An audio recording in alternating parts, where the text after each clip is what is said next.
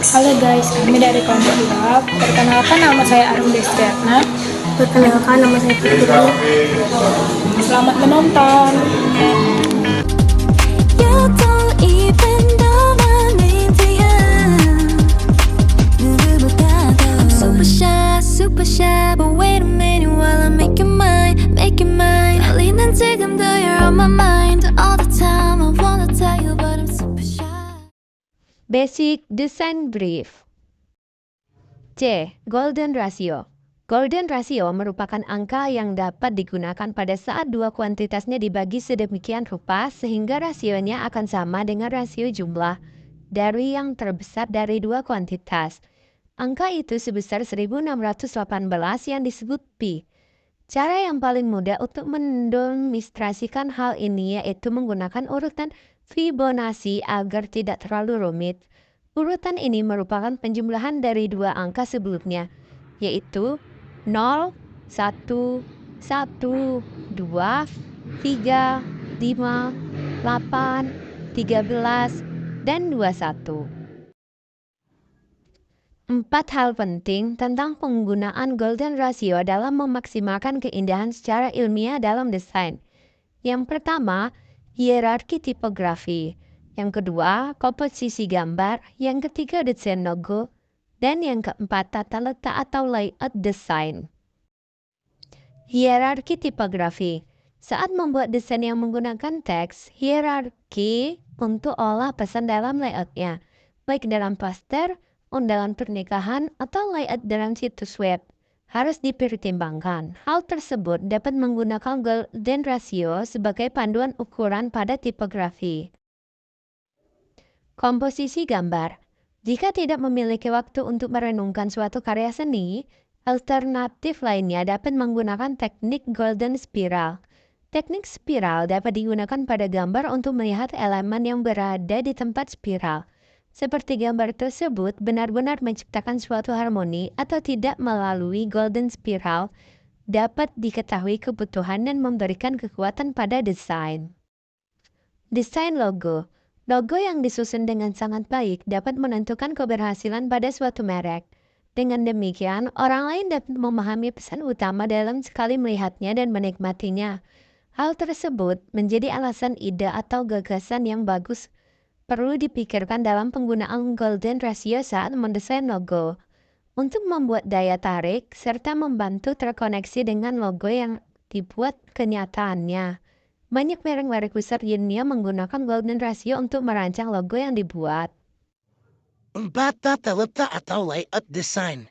Kegiatan untuk menyusun, menata, mengatur, dan memadukan unsur-unsur komunikasi grafis, teks, gambar, dan bidang menjadi komposisi karya visual yang komunikasi, estetik, persuasif, serta menarik disebut dengan tata letak atau layout design. Dalam sebuah desain grafis terdapat prinsip-prinsip yang berhubungan dan dapat membantu menunjukkan cara penggunaan elemen atau sebuah bagian serta sebuah hasil desain. Prinsip tata letak terbagi menjadi 7. Yang pertama, kesebandingan, kedua irama, ketiga keseimbangan, keempat kesatuan, kelima harmoni, keenam kontras, dan ketujuh penekanan. Grid system, sistem kisi atau kotak berada dalam grafik desain atau desain grafis. Grid system merupakan penggunaan kerangka kerja dalam dua dimensi untuk menyelaraskan dan meletakkan elemen desain. Tujuan grid system yang pertama untuk memecahkan ruang desain secara tunggal ke dalam kisi yang dapat membantu memosisikan komponen individu dengan cara yang menarik perhatian audiens. Kedua, untuk membuat aliran pengguna serta membuat informasi dan visual lebih menarik serta dapat diakses oleh banyak orang. Definisi grid system atau kisi. Grid system atau sistem kisi adalah serangkaian pengukuran yang dapat digunakan dalam desain grafis oleh desainer grafis atau grafis designer untuk menyelaraskan dan mengukur objek dalam format yang diberikan. Memahami grid atau grids. Grid merupakan sistem untuk mengatur tata letak. Tata letak ini untuk mencetak buku, majalah, dan poster, atau untuk layar, halaman, web, serta aplikasi. Banyak sistem grid yang terdiri atas kotak dan persegi panjang. Jenis dan contoh grid system. Baseline grid. Jenis grid system yang paling pertama yaitu kisi kotak dasar atau baseline grid. Jenis grid ini merupakan garis tebal dengan garis horizontal dengan jarak sama yang dapat menentukan letak teks. Kolom grid. Kolom grid disebut sebagai kolom kisi. Kolom grid dapat membagi halaman menjadi kolom merupakan tipe grid yang paling banyak dan paling umum digunakan oleh desainer grafis dan web. Modular grids. Modular grids merupakan kisi kolam dan baris yang tidak hanya memberitahu penempatan sumbu X pada sebuah formulir, tetapi juga panduan pada sumbu Y. Hal ini termasuk jenis ekstensi dari kisi kolam modular grids yang melibatkan pengambilan kisi kolam dan menambahkan baris ke dalamnya. Manuskrip grid.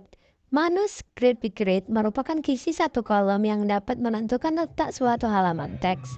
Umumnya, jenis ini dapat diterapkan pada buku klasik atau tradisional dengan tata letak halaman yang saling berhadapan. Let's pixel grid. Jenis grid system berikutnya yaitu jenis kisi kotak pixel atau pixel grid. Hal ini dapat dilihat saat memperbesar sebuah dokumen menggunakan Photoshop. Hierarchical atau hierarchical grid tidak memiliki spasi yang sama. Under modul yang merujuk pada setiap PC tidak beraturan yang mengakomodasikan kebutuhan konten tertentu. Grid hierarki memungkinkan sepenuhnya berbentuk bebas atau terdiri atas dua grid, berlapis atau elemen grid tambahan. Color wheel.